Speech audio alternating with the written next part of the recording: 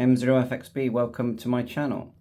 So our USB-C board has come all the way from the USA, and inside the box we've got the instructions here, and there is a video made by the person who sells these boards.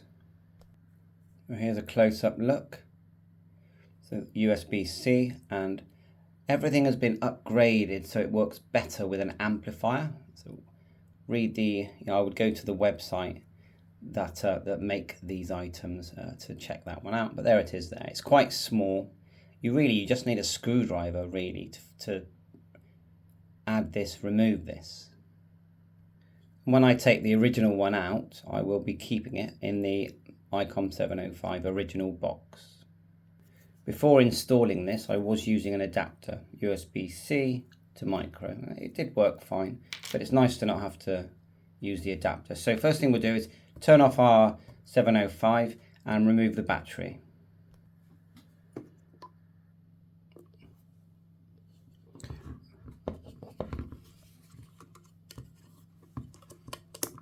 Two clips at the top there. That's your battery out. Then we're going to remove 1, 2, 4 screws. Okay, they are quite stiff in there. Use a good screwdriver, get a good good joint to the screws, and they're going to come out quite easily. And when the front comes out, I would have the radio with the VFO to the left and the antenna there. I mind you can't miss my antenna to the right, and then take your screws out so that when this opens up, it's going to open in a way that's safe to remove the front without breaking the ribbons. So there's the original micro USB-C. They're quite scratched, isn't it, on this side? So let's whip those screws out. Just a good quality screwdriver. They're not very long. It's surprising how little holds that on. That's 2 out. I found it easier to hold the thing together in my hand. Felt more confident. You do have to remove the screw at the top here and turn it over, and this one here as well. So that's 6 screws. The screws top and bottom are the shorter screws, and they've got this blue paint on them, and you can see that as soon as you undo those screws, it starts to come away. So I would say the top and the bottom screw are the toughest. I put back in 2 of the screws because when I was forcing down with my screwdriver, it was trying to open, so I put 2 screws back inside and then carried on with the top and the bottom screw. I ended up using a flat screwdriver to get it out. It's the paint is really holding it in there. Anyway, once you've got all your screws out, I would lay it on its back and lift up carefully. See those gold tabs there, or silver tabs? So you don't have to remove them. And then you can see the board that we're going to replace just here. Get it the right way around. The USB looks like it goes this way around here. So we're going to undo these 3 screws. Hopefully they won't be as tight as the screws on the housing, which were very, very tight, especially the top and bottom one.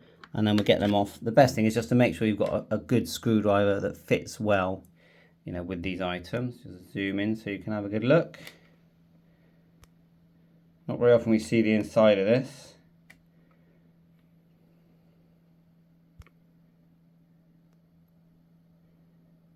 So just show you that. You've got the springy thing there, look.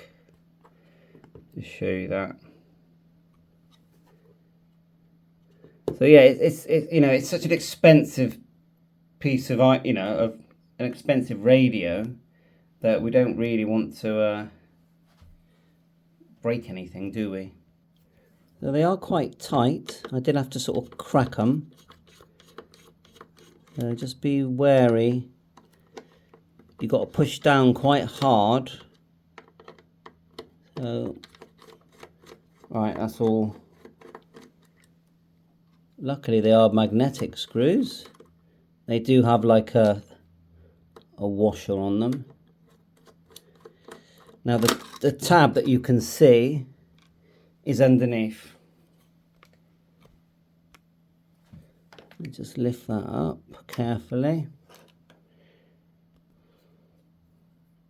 Got one of these here. Just zoom in a bit better, I think. We can lift that up. Poking out there. Comes towards you, up and then round, like so. Okay, and there's a little tiny grey lip there that you can pull up with your fingernail, and I've done it there. And then this section just slips out. So like I said, I'm going to put the original one back in the ICOM 705 box so I never lose it. So here's the new one. We know it goes that way round because the USB-C is there. How have they done the tab? Let's just work out how we're going to do the tab now. So on the new one, the tab, the flap's already up on mine, but if not, you just carefully pull it upwards. It's like a black colour, see it? And it actually goes in, the new ribbon goes in from behind, like so. In there. Make sure it's in there properly. Let me just double check. Yeah, it doesn't really go in very far. I'm trying to do this with my fingers. And then you pull it over the little black tab. Okay? So hopefully that's in there. I don't want to press it, I don't want to put any pressure on it. So then you need to poke these in through to make sure they're coming out. Yeah, so that felt fine, and the tab lies on top. We'll just get one screw in there, and then we'll check from the side that everything's lined up.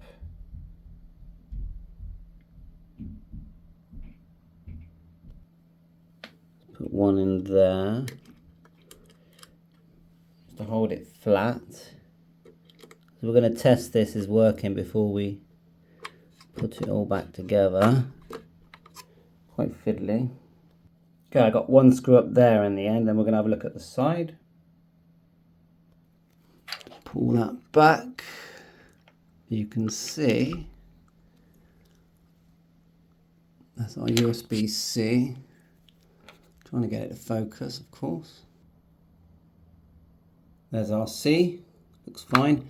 And then the other side,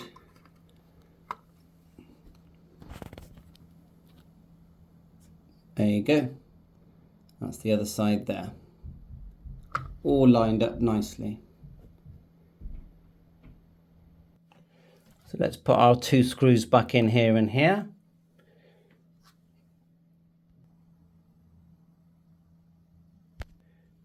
There you go. The main worry is that affecting that tab when you're putting the screws in. Now we can rest this on. I'm going to put a couple of screws in and test it before I, put all of the screws in. You've got these tabs here. Just lay it carefully. Oh, we've got some dust there. I've had this a few years now. So that's gone on quite nicely. Let's get two screws in there now. I'll lay it forward. I'm holding it together. I'm going to grab one screw here. I'll do one in each corner and screw them in. I don't know why it was easier with flat screwdrivers, but it was. I got a feeling I need a new screw for the top though. It hammered it, trying to get it out really, to be honest. It did hammer it. So someone tell me the size and I will get one before I won't put that one back in. Anyway, let's put another screw up here. And then we're going to test. We'll get our battery back in. Such a good idea doing it that way. And then we'll do first time turn on.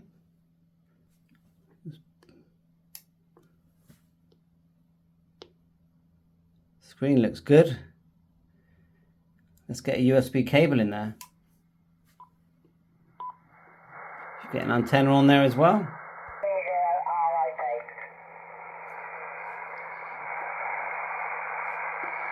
Yeah, a bit of activity today. It's a lovely set, isn't it?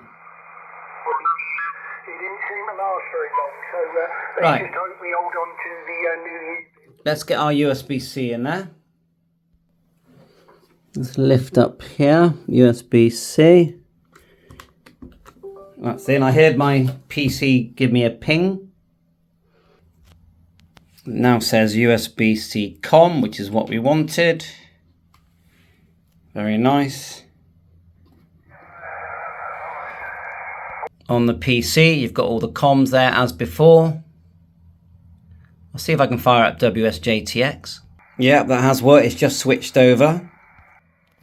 I've got rig control. I'll do a better video than this. This is just here at the end of this video. So if we change bands, I'll just turn it loud.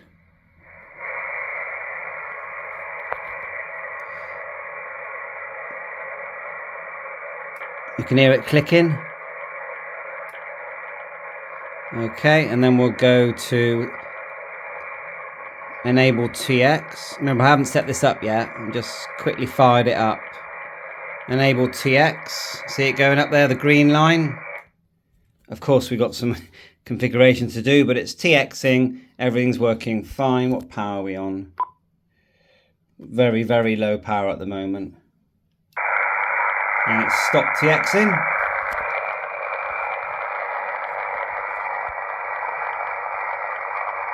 I use the POV carry cage, which goes over like so. We'll put that on later. And it's still going now, as you can see, FT8. So that's working fine. We'll halt TX and set that up properly.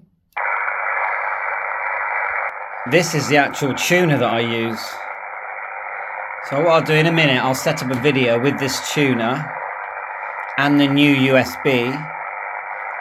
And then we'll do some FT8. I love this tuner because it's pretty much plug and go. It's built-in battery. And it works on 10 watt and 100 watt radios. There is some configuration. You don't even have to press the tune button. It just tunes automatically. So thanks very much for watching my channel. Thanks to iHelpUTech, because I definitely watched their video, which I will link in the description as well as this video. Looks like you're doing a great job. 7-3, all the best from Andreas, M0FXB.